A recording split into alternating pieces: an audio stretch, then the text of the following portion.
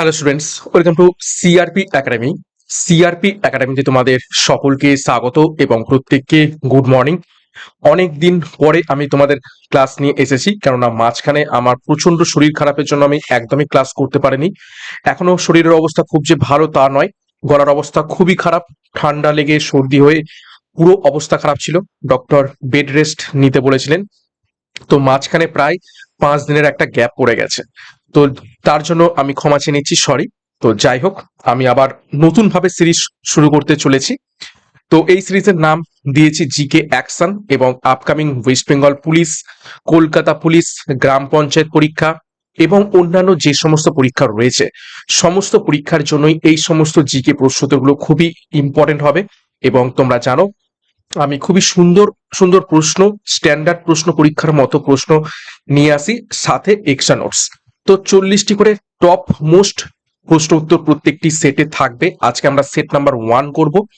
তো ক্লাসটা শুরু করা যাক। তার আগে সিআরপি একাডেমিতে নতুন হয়ে থাকলে চ্যানেলটিকে সাবস্ক্রাইব করো, পাশের বেল আইকনটা প্রেস করে রাখো প্রত্যেকদিন গুরুত্বপূর্ণ ক্লাসের নোটিফিকেশনগুলো পাওয়ার জন্য। এবং আমাদের যে অফিসিয়াল টেলিগ্রাম চ্যানেল রয়েছে সেখানে যুক্ত হয়ে যাও ক্লাসের পিডিএফ, বিষয়ভিত্তিক মক টেস্ট, সাপ্তাহিক কারেন্ট অ্যাফেয়ার্স এবং সাপ্তাহিক ফুল মক টেস্ট পাওয়ার জন্য। তো ক্লাসটা শুরু করা যাক। এবং ক্লাসের যে স্ট্রাকচার, প্রশ্ন উত্তরের স্ট্রাকচার, সেটা একটু নতুন ভাবে আমি সাজানোর চেষ্টা করেছি আরো অ্যাট্রাকটিভের জন্য। তো দেখো, প্রথম প্রশ্ন, 1 নম্বর প্রশ্ন, ভারতে ইনকাম ট্যাক্স দিবস পালন করা হয় কবে? প্রত্যেকটি প্রশ্ন চলাকালীন চেষ্টা করো নিজেরাই সঠিক উত্তরগুলো করার, এবং আমার উত্তরের সাথে মেলাতে থাকো, তোমাদের উত্তরগুলো মিলছে কি, প্র্যাকটিসটা হয়ে যাবে। ভারতে ইনকাম ট্যাক্স দিবস পালন করা হয় কোন তারিখে? সঠিক উত্তর হয়ে যাবে অপশন এ, 24শে জুলাই। প্রত্যেক বছর ইনকাম ট্যাক্স দিবস পালন করা হয়ে থাকে। দেখো, কেন এই 24শে জুলাই? 1860 সালের এই দিনে স্যার জেমস উইলসন ভারতে প্রথম আয়কর ব্যবস্থা চালু করেছিলেন, এবং দেশের করদাতাদের সম্মান জানাতে এবং কর ব্যবস্থাকে আরো সহজ এবং আধুনিক করতে 2010 সাল থেকে এই 24শে জুলাই দিনটিকে আনুষ্ঠানিকভাবে কি ইনকাম ট্যাক্স দিবস হিসাবে পালন করা হয়। তো পরীক্ষায় ঘুরিয়ে প্রশ্ন আসতে পারে যে কত সালে প্রথম আয়কর ব্যবস্থা ভারতবর্ষে শুরু হয়? সঠিক উত্তর হয়ে যাবে 1860 সালে। কে চালু করেছিলেন? James Wilson. এবং এই বছর 2026 সালে কততম ইনকাম ট্যাক্স ডে? 167তম। দেখো এখানে ছবিতে দেয়া রয়েছে 167th ইনকাম ট্যাক্স ডে এবছর পালিত হয়েছে। ঠিক আছে, নেক্সট দেখো 2 নম্বর প্রশ্ন, তৃতীয় ভারতীয় মহিলা ক্রিকেটার এবং 13তম ভারতীয় ক্রিকেটার হিসাবে আইসিসি হল অফ ফেমে অন্তর্ভুক্ত হলেন কে?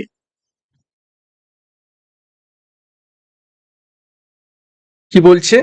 তৃতীয় ভারতীয় মহিলা ক্রিকেটার এবং 13তম ভারতীয় ক্রিকেটার হিসাবে আইসিসি হল অফ ফেমে অন্তর্ভুক্ত হলেন কে? সঠিক উত্তর হয়ে যাবে অপশন এ, আঞ্জুম চোপড়া। দেখো, এর আগে ভারতের প্রথম এবং দ্বিতীয় মহিলা ক্রিকেটার হিসাবে সম্মান পেয়েছিলেন ডায়না এডুলজি এবং নিতু ডেভিড, এই দুইজন। এবং এই আঞ্জুম চোপড়া হচ্ছেন তৃতীয় মহিলা ক্রিকেটার, যার ছবিটা আমি এখানে দিয়েছি। তিনি এই আইসিসি হল অফ ফেমে অন্তর্ভুক্ত হয়েছেন।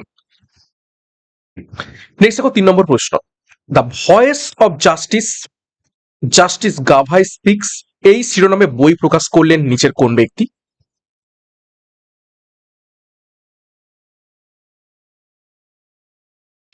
তো সঠিক উত্তর হয়ে যাবে, দেখো এখানে ছবি দেখতে তোমরা পাচ্ছ।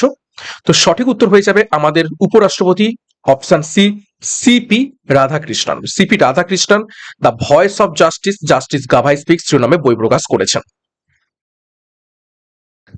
4 নম্বর প্রশ্ন, দ্য সেকেন্ড অরবিট শিরোনামে বই লিখলেন নিচের কোন ব্যক্তি? এটাকে ভিভিআই করবে। দ্য সেকেন্ড অরবিট শিরোনামে বই লিখলেন কোন ব্যক্তি? সঠিক উত্তর হয়ে যাবে এখান থেকে option A, group captain Shubhanshu Shukla. দেখো ডিটেলসে, দেখো ভারতীয় বায়ুসেনার গ্রুপ ক্যাপ্টেন শুভাংশু শুক্লা 2025 সালের 25শে জুন ঐতিহাসিক অক্সিওম 4 মিশনের মাধ্যমে আন্তর্জাতিক মহাকাশ স্টেশনে পাড়ি দিয়েছিলেন। তিনি প্রথম ভারতীয় মহাকাশচারী হিসাবে আইএসএ পৌঁছান এবং মহাকাশে প্রায় 18 দিন কাটিয়ে 15 জুলাই সফলভাবে ভারতে ফিরে আসেন এবং সেই ঘটনাকে তিনি মেমোরাইজ করে দ্য সেকেন্ড অরবিট এই বইটা তিনি লিখেছেন। ওকে, তো এটা খুবই ইম্পর্টেন্ট। নেক্সট প্রশ্নে যাবো তার আগে গুরুত্বপূর্ণ ঘোষণা। সামনেই আসতে চলেছে পঞ্চায়েত পরীক্ষা। পঞ্চায়েত পরীক্ষার জন্য পঞ্চায়েত ফাউন্ডেশন ব্যাচ লঞ্চ করা হয়েছে এবং এটা আমাদের 5 নম্বর ফাউন্ডেশন ব্যাচ। অ্যাডমিশন চলছে, যোগাযোগ করো আমাদের সাথে 9647553612 নাম্বারে। সম্পূর্ণ পরীক্ষার সিলেবাস এবং এক্সাম প্যাটার্ন অনুযায়ী প্রত্যেকটি বিষয়ের প্রত্যেকটা অধ্যায় ধরে ধরে ডেসক্রিপটিভ প্যাটার্নে থিওরির মাধ্যমে ক্লাসগুলো করানো হচ্ছে। কমপ্লিট প্রস্তুতির জন্য এখনই যুক্ত হয়ে যাও। এছাড়া আমাদের পুলিশ পরীক্ষার মিশন খাকি পুলিশ ব্যাচ, এখানেও পরীক্ষার সেরা প্রস্তুতি পাবে, সম্পূর্ণ বিষয়ভিত্তিক এবং অধ্যায় ভিত্তিক। তো যোগাযোগ করো 9647553612 নাম্বারে, বিস্তারিত ডিসক্রিপশন বক্সে রয়েছে, সেখান থেকে এখনই যুক্ত হয়ে যাও।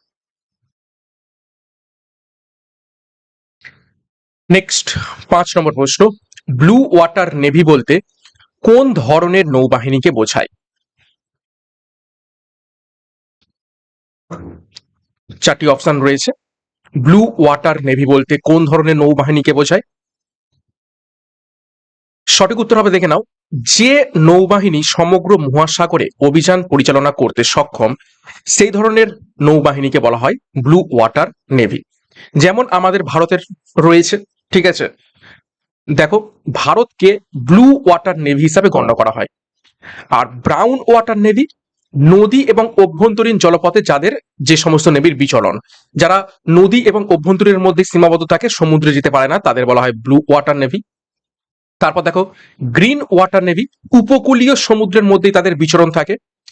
তারপর দেখো এরকম এয়ারক্রাফট ক্যারিয়ার ব্লু ওয়াটার ক্ষমতার প্রতীক হচ্ছে আমাদের ভারতবর্ষ, যেমন আইএনএস বিক্রান্ত। আইএনএস বিক্রান্ত হচ্ছে একটি রণতরী, বিমানবাহী রণতরী, যেটি সমগ্র ভারত মহাসাগর, আরব সাগর, বঙ্গোপসাগর কি করতে পারে, বিচরণ করতে পারে, এবং সেই জন্যই এই যে বিমানবাহী রণতরী একে কি বলা হচ্ছে কি, ব্লু ওয়াটার নেভি। নেক্সট দেখো 6 নম্বর প্রশ্ন, জিন এডিটিং প্রযুক্তিতে সবচেয়ে বেশি ব্যবহৃত ব্যবস্থা নিচের কোনটি? জিন এডিটিং বলতে আমাদের ডিএনএ এর মধ্যে যে জিন রয়েছে সেই জিনকে কাটিং করা, এডিট করা, মূলত খারাপ জিনকে বাদ দিয়ে কোনো ভালো গুণ বৈশিষ্ট্য জিন অ্যাড করে দেওয়াকেই বলা হচ্ছে জিন এডিটিং, ঠিক আছে। তো এখানে কোন প্রযুক্তি সব থেকে মানে বেশি পরিমাণে ব্যবহৃত হয়, সেটা হচ্ছে CRISPR-Cas9, ঠিক আছে, খুবই হাই লেভেলের এটা প্রশ্ন, একটু স্টার মার্ক করবে। এবং তোমরা জেনে থাকবে এই CRISPR এটির জন্য 2020 সালে নোবেল পুরস্কার পেয়েছিলেন কারা? জেনিফার ডাউডনা এবং এমানুয়েলা কার্পেন্টার, এই দুইজন ব্যক্তি নোবেল পুরস্কার পেয়েছিলেন জিন এডিটিং এর জন্য। এবং CAS9 একটি নিউক্লিয়াস এনজাইম, এই এনজাইমটাকে কাজে লাগিয়ে কি করা হয়, জিনকে এডিট করা হয়ে থাকে। অর্থাৎ বলতে পারো জিনকে কাটিং করা একটা কাঁচি হচ্ছে এই CS9, এবং তার পদ্ধতিটাকে বলা হয় থাকে CRISPR। আর জিন থেরাপি এবং জিনেটিক ডিজিজে এটি ব্যবহৃত হয়ে থাকে। 7 নম্বর প্রশ্ন, ভারতের প্রথম পেমেন্ট ব্যাংক হিসাবে কার্যক্রম শুরু করে নিচের কোন ব্যাংক?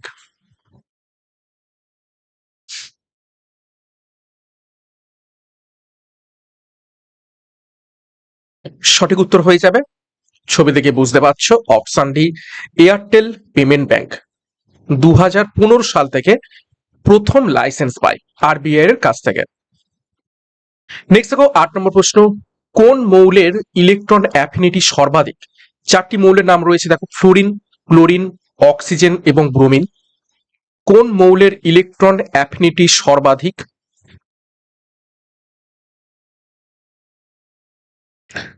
তো ইলেকট্রন অ্যাফিনিটি বলেছে, অর্থাৎ ইলেকট্রনকে কি করতে পারবে, নিজের কাছে আনতে পারবে, ঠিক আছে। সঠিক উত্তর হয়ে যাবে এটা অপশন বি, ক্লোরিন।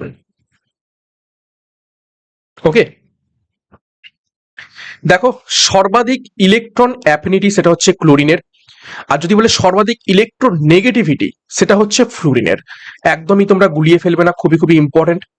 তারপর দেখো নোবেল গ্যাসের ইলেকট্রন অ্যাফিনিটি প্রায় শূন্য। আর হ্যালোজেন গোষ্ঠীর ইলেকট্রন অ্যাফিনিটি সব থেকে বেশি থাকে। এই হ্যালোজেন গোষ্ঠী কারা? এই ফ্লুরিন, ক্লোরিন, ব্রোমিন, আয়োডিন, এরা হচ্ছে হ্যালোজেন গ্রুপের মৌল। নেক্সট দেখো 9 নম্বর প্রশ্ন, প্রজেক্ট টাইগার শুরু হয় কোন সালে?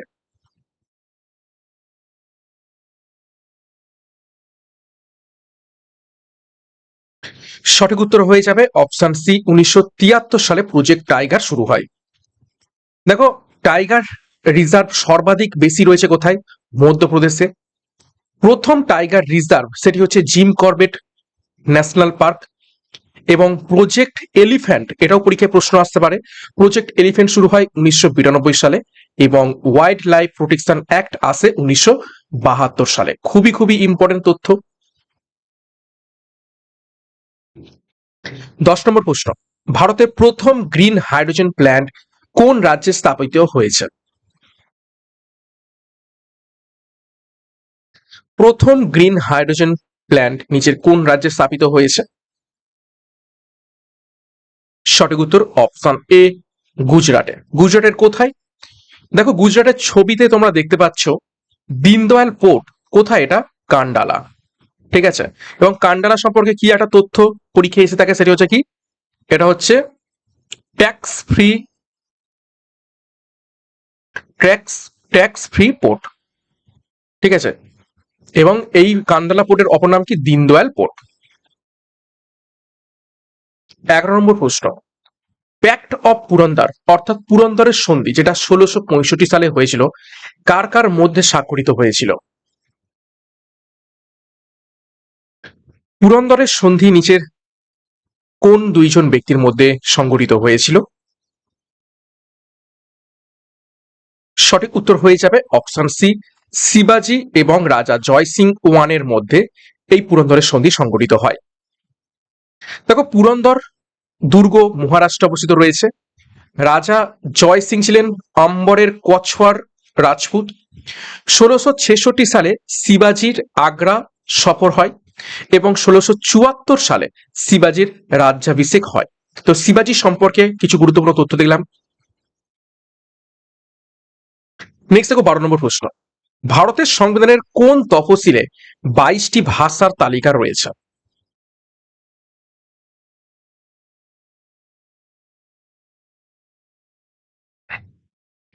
সঠিক উত্তর হয়ে যাবে অপশন এ, অষ্টম তফসিলে 22টি ভাষার তালিকা রয়েছে। দেখো বর্তমানে 22টি ভাষা রয়েছে। প্রথমে ছিল যখন সংবিধান কার্যকর হচ্ছে তখন ছিল 14টি। পরবর্তীকালে ভাষা অ্যাড হতে হতে এখন বর্তমানে 22টি ভাষা রয়েছে। 92তম সংবিধান সংশোধনী যেটা হয়েছিল 2003 সালে, যেখানে 4টি ভাষা নতুনভাবে যুক্ত করা হয়, হয়ে এখন বর্তমানে 22টি ভাষা। সপ্তম তফসিলে রয়েছে ইউনিয়ন, স্টেট এবং কনকারেন্ট লিস্ট, অর্থাৎ ক্ষমতা বন্টন এখানে রয়েছে। এবং নবম তফসিলে রয়েছে ভূমি সংস্কার আইন। 13 নম্বর প্রশ্ন, ডপলার এফেক্ট প্রথম ব্যাখ্যা করেন নিচের কোন ব্যক্তি?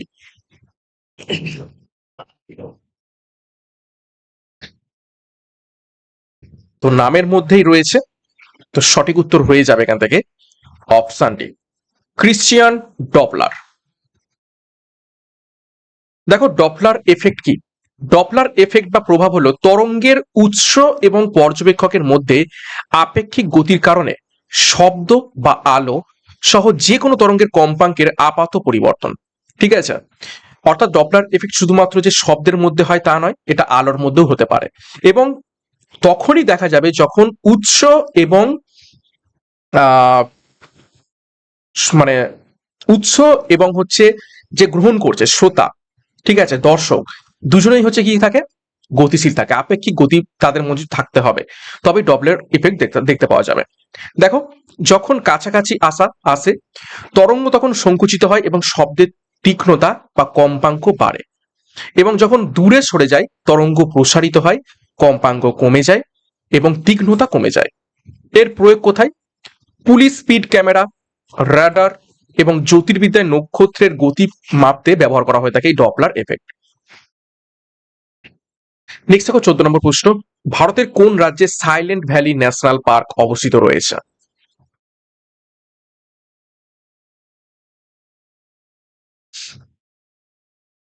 সঠিক উত্তর হয়ে যাবে অপশন বি, কেরালাতে।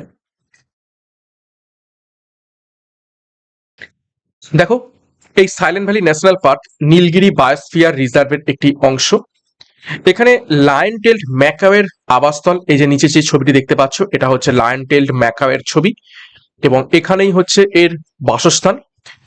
কুন্তি পূজা নদী এই সাইলেন্ট ভ্যালি ন্যাশনাল পার্কের মধ্যে থেকে প্রবাহিত হয়েছে এবং ওয়েস্টার্ন ঘাটে অবস্থিত রয়েছে এই সাইলেন্ট ভ্যালি ন্যাশনাল পার্ক। ওকে, নেক্সট দেখো 15 নম্বর প্রশ্ন, নাবার্ড প্রতিষ্ঠিত হয় কত সালে?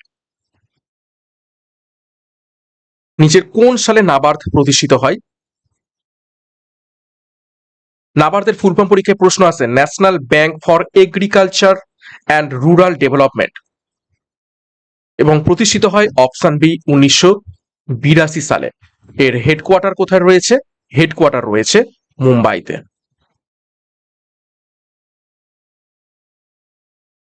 16 নম্বর প্রশ্ন, ব্ল্যাক হোল শব্দটি প্রথম ব্যবহার করেন নিচের কোন ব্যক্তি?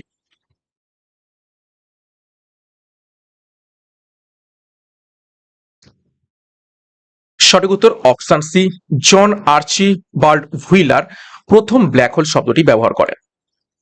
দেখো, 1967 সালে শব্দটি জনপ্রিয় করেন। তারপর দেখো আর একটা গুরুত্বপূর্ণ তথ্য, চন্দ্রশেখর লিমিট, সেটি হচ্ছে 1.4 সোলার মাস, এটা হচ্ছে চন্দ্রশেখর লিমিট।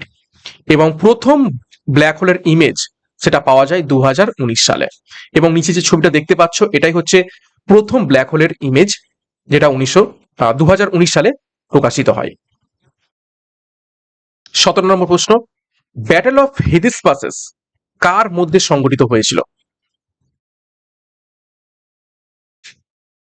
হিডিসপাসের যুদ্ধ নিচের কোন কোন রাজার মধ্যে সংঘটিত হয়? ইম্পর্টেন্ট তথ্য প্রশ্ন।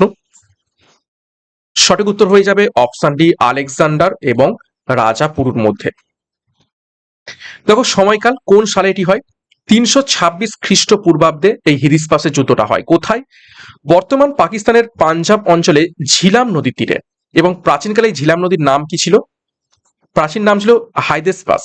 ঠিক আছে, তো এই ঝিলাম নদীর তীরে যুদ্ধটা হয়েছিল। ফলাফল কি হয়েছিল? আলেকজান্ডার জয়লাভ করে এবং রাজা পোরাস বা পুরু পরাজয় ঘটে। 18 নম্বর প্রশ্ন, কুরোসীয় কারেন্ট কোন মহাসাগরে প্রবাহিত হয়?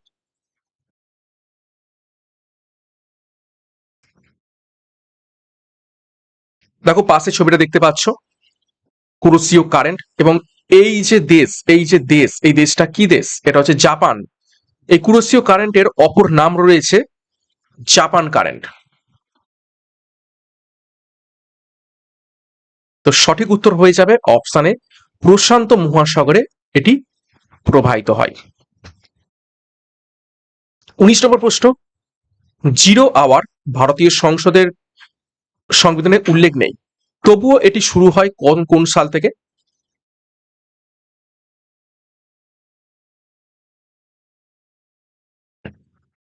সঠিক উত্তর হয়ে যাবে অপশন সি, 1962 সাল থেকে জিরো আওয়ারের শুরু হয়।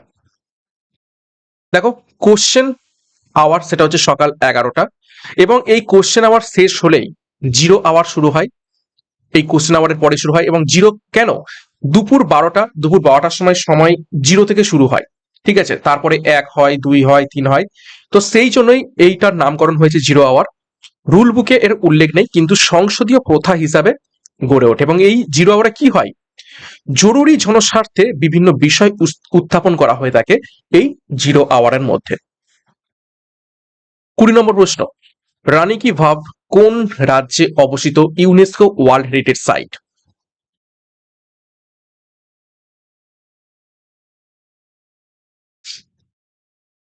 সঠিক উত্তর হয়ে যাবে অপশন ডি, গুজরাটে অবস্থিত রয়েছে রানী কি ভাভ ইউনেস্কো ওয়ার্ল্ড হেরিটেজ সাইট।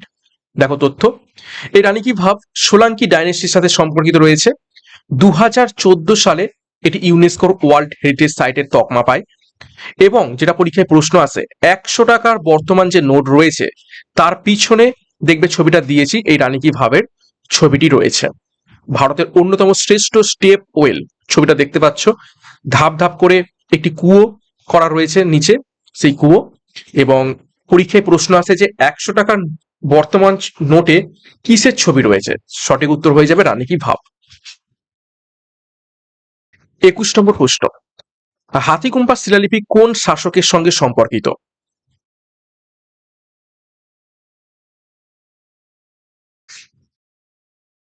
সঠিক উত্তর হবে অপশন বি, খারবেল। খারবেল কোথাকার রাজা ছিলেন? কলিঙ্গ, কলিঙ্গ বা ওড়িশা। দেখো কিছু গুরুত্বপূর্ণ শিলালিপি কোন কোন রাজার সাথে সম্পর্কিত দেখে নেব। নাসিক লিপি গৌতমীপুত্র সাতকর্ণীর সাথে সম্পর্কিত। এলাহাবাদ প্রশস্তি সমুদ্রগুপ্তের সাথে সম্পর্কিত। এরান লিপি দ্বিতীয় চন্দ্রগুপ্তের সাথে সম্পর্কিত। গঞ্জাম লিপি শশাঙ্কের সাথে সম্পর্কিত। নানাঘাট লিপি প্রথম সাতকর্ণীর সাথে সম্পর্কিত। আইহোল প্রশস্তি দ্বিতীয় পুলকেশীর সাথে সম্পর্কিত রয়েছে। 22 নম্বর প্রশ্ন, ভারতের কোন মৌলিক কর্তব্য ভারতের কোন মৌলিক কর্তব্যে বৈজ্ঞানিক মনোভাবের গড়ে তোলার কথা বলা হয়েছে? কত নম্বর আর্টিকেলে এটি রয়েছে?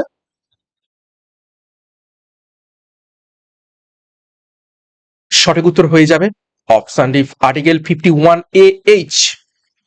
ঠিক আছে, টোটাল কতগুলো মৌলিক কর্তব্য রয়েছে? 11টি, তাই তো? টোটাল মৌলিক কর্তব্য রয়েছে 11টি মৌলিক কর্তব্য রয়েছে। 1976 সালে 42তম সংবিধান সংশোধনীর মাধ্যমে যুক্ত করা হয়। প্রথমে 10টা যুক্ত করা হয়, পরবর্তীকালে আরো একটা যুক্ত করা হয়। কততম সংবিধান সংশোধনী? 86তম সংবিধান সংশোধনী, যেটা হয়েছিল 2002 সালে। ঠিক আছে, খুবই খুবই ইম্পর্টেন্ট। টোটাল বর্তমানে 11টি মৌলিক কর্তব্য রয়েছে। 23 নম্বর প্রশ্ন, পৃথিবীর সবচেয়ে গভীর মহাসাগরীয় খাত বা ওশিয়ান ট্রেঞ্চ নিচের কোনটি? এর উত্তর সকলেই পারবে। সঠিক উত্তর হয়ে যাবে অপশন সি, মারিয়ানা ট্রেঞ্চ। কত কিলোমিটার গভীর? 11 কিমি। 11 কিমি গভীর। মাউন্ট এভারেস্ট যদি উল্টে ঢুকিয়ে দেওয়া যায়, ঢুকে যাবে। দেখো এখানে পাশের ছবিটা দেওয়া রয়েছে। মাউন্ট এভারেস্টের থেকেও গভীরতম হচ্ছে কি? Mariana trench. 24 নম্বর প্রশ্ন, পারক্সিজম এর প্রধান কাজ কি?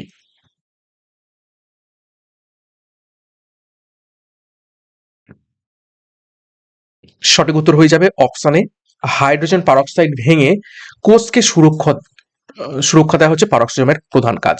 পারক্সিজম কোথায় দেখতে পাওয়া যায়? লাইসোজোম, লাইসোজোমে থাকে। ঠিক আছে, নেক্সট দেখো 25 নম্বর প্রশ্ন, অপারেশন ফ্লাড প্রকল্পের জনক কে?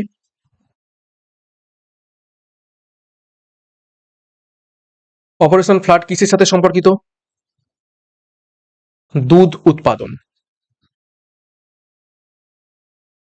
তো সঠিক উত্তর হয়ে যাবে এখান থেকে অপশন এ, ডক্টর ভার্গিজ কুরিয়েন এই প্রকল্পের সাথে সম্পর্কিত এবং 1970 সালে শুরু হয়।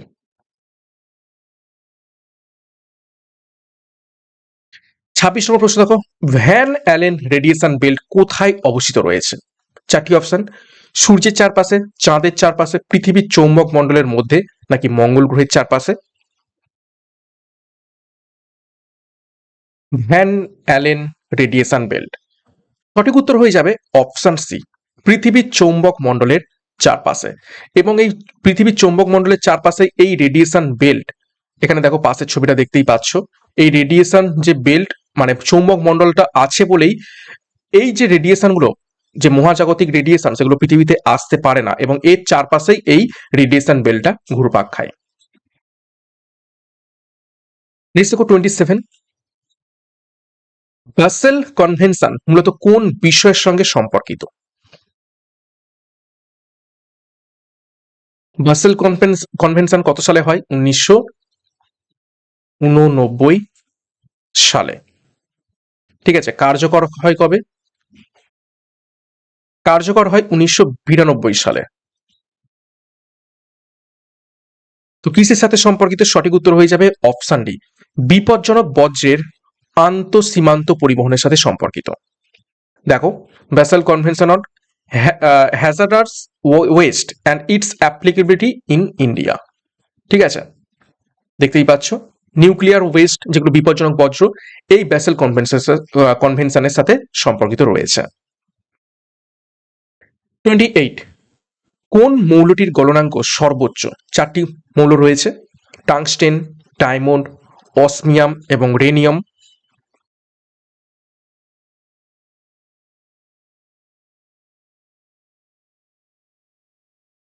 সঠিক উত্তর হয়ে যাবে option B, diamond. 29, Pitt's India act কত সালে পাস হয়?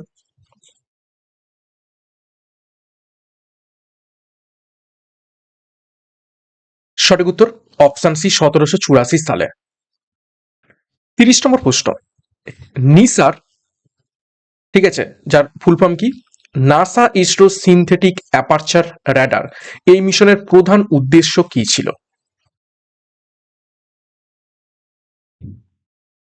ক্লাসের ছবিটাও দেখতে পাচ্ছ।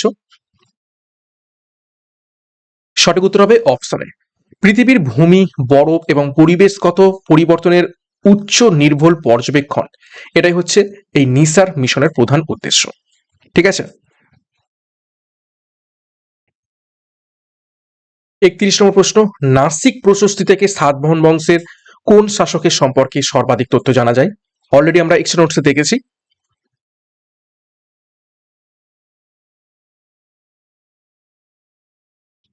সঠিক উত্তর হয়ে যাবে অপশন সি, গৌতমীপুত্র সাতকর্ণীর ব্যাপারে। পরীক্ষায় প্রশ্ন আছে নাসিক প্রশস্তি কে লেখেন? নাসিক প্রশস্তি লেখেন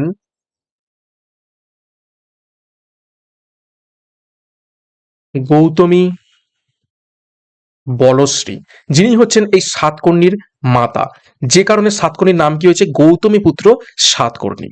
ওকে, 32 নম্বর প্রশ্ন, ভারতীয় সংবিধানের কোন অনুচ্ছেদে সুপ্রিম কোর্টের অ্যাডভাইজারি জুরিডিকশনের উল্লেখ রয়েছে? অ্যাডভাইজারি জুরিডিকশন বলতে রাষ্ট্রপতি এই আর্টিকেল অনুযায়ী সুপ্রিম কোর্টের বিভিন্ন মতামত চাইতে পারেন। অ্যাডভাইজারি জুরিডিকশন, তো সঠিক উত্তর হয়ে যাবে অপশন ডি, আর্টিকেল 143। দেখো ডিটেলসে, article 131 original jurisdiction, article 136 special leave petition বা এসএলপি যেটাকে বলা হয়ে থাকে, আর্টিকেল 137 রিভিউ পাওয়ার, অর্থাৎ কোনো জাজমেন্ট যদি ঠিক হয়েছে কি ভুল হয়েছে সেটাকে আবার রিভিউ করা যায়, এবং আর্টিকেল 141 সুপ্রিম কোর্টের রায় আইন হিসাবে গণ্য করা হয়। নেক্সট 33, আটাকামা ডেজার্ট প্রধানত কোন দেশের মধ্যে অবস্থিত রয়েছে?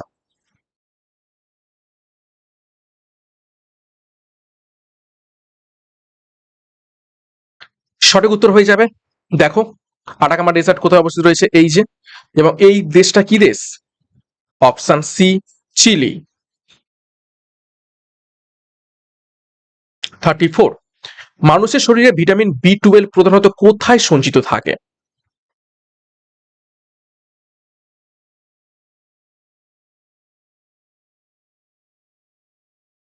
সঠিক উত্তর হয়ে যাবে এখান থেকে অপশন এ, যকৃতে, অর্থাৎ লিভারে। শুধুমাত্র ভিটামিন বি 12 নয়, এর সাথে কি যুক্ত হয়? এ এবং ডি, এগুলোও যুক্ত হয় কোথায়? সব যকৃতে। 35, প্রধানমন্ত্রী জনধন যোজনা অর্থাৎ পিএমজেডিওয়াই চালু হয় কোন সালে?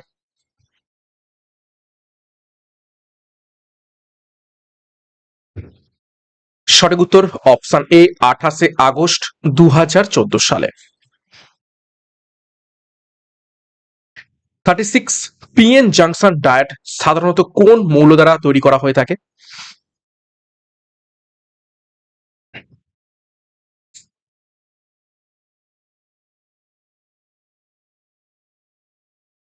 সঠিক উত্তর হয়ে যাবে অপশন সি, সিলিকন দিয়ে তৈরি হয়ে থাকে। সিলিকনের পরিবর্তে আরো একটি পদার্থ বা মৌল ব্যবহার করা হয়, সেটা হচ্ছে জার্মেনিয়াম।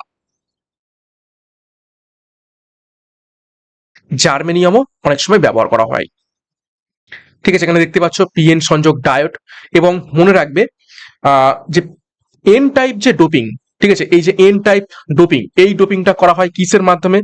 এটা করা হয় থাকে ফসফরাস। ঠিক আছে, আর পি টাইপের ক্ষেত্রে করা হয় থাকে বোরন। ঠিক আছে, বোরন ডোপিং করা হয়ে থাকে। 37, রামসার কনভেনশন স্বাক্ষরিত হয় কোন সালে?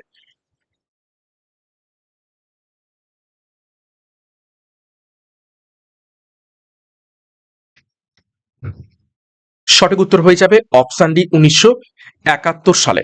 এবং 71 সালের কত তারিখে? 2 ফেব্রুয়ারি। ঠিক আছে, রামসার কনভেনশন কিসের সাথে সম্পর্কিত? জলাভূমি। ঠিক আছে, যে কারণে 2 ফেব্রুয়ারি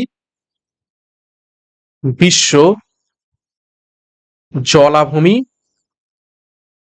দিবস হিসাবে পালিত হয়ে থাকে প্রত্যেক বছর। ঠিক আছে, এবং আমাদের পশ্চিমবঙ্গে দুখানা গুরুত্বপূর্ণ রামসার সাইট রয়েছে পশ্চিমবঙ্গে। কি কি? এক হচ্ছে সুন্দরবন, আর দ্বিতীয় হচ্ছে পূর্ব কলকাতা জলাভূমি। খুবই গুরুত্বপূর্ণ। এবং বর্তমানে ভারতে রামসার সাইট কতগুলো? টোটাল 100টি।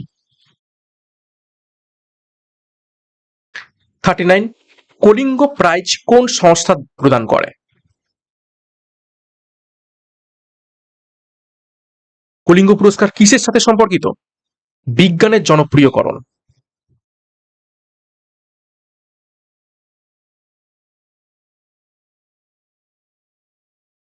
ওকে, সঠিক উত্তর হয়ে যাবে অপশন এ, ইউনেস্কো এবং ওড়িশা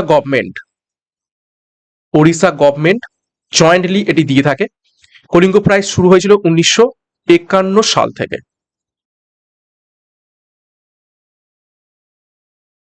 দেখো, বিজ্ঞানের জনপ্রিয়করণের জন্য প্রদান করা হয়, প্রতিষ্ঠা 1951 সাল, কলিঙ্গ ফাউন্ডেশনের উদ্যোগে দেওয়া হয়ে থাকে।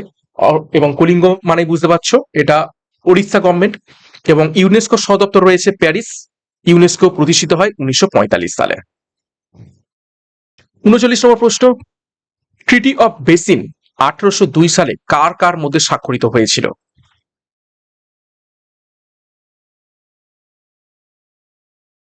সঠিক উত্তর হয়ে যাবে অপশন সি, ব্রিটিশ এবং দ্বিতীয় বাজিরাও। দেখো, 1802 সাল, লর্ড ওয়েলেসলি সাবসিডিয়ারি অ্যালায়েন্সের নীতির এটি অংশ ছিল এই ট্রিটি অফ বেসিন। এর ফলে দ্বিতীয় ইংরেজ মারাঠা যুদ্ধ আবার শুরু হয় এবং সাবসিডিয়ারি অ্যালায়েন্সের প্রবর্তক কে ছিলেন? Lord Wellesley. এটাও পরীক্ষায় প্রশ্ন আসে। 40 নম্বর প্রশ্ন এবং আজকের ক্লাসের শেষ প্রশ্ন, আদিত্য L1 মহাকাশযান সূর্যের কোন বিন্দুর নিকটে অবস্থান করে পর্যবেক্ষণ করবে?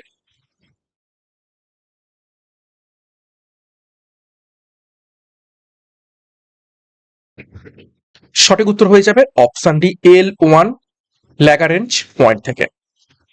ওকে, দেখো এখানে পাশের ছবি দেওয়া রয়েছে সুন্দরভাবে।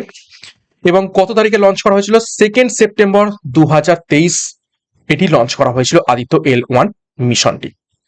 ওকে, তো খুবই গুরুত্বপূর্ণ 40টি প্রশ্ন উত্তর ছিল আজকের এই ক্লাসে, জিকে ক্লাসে।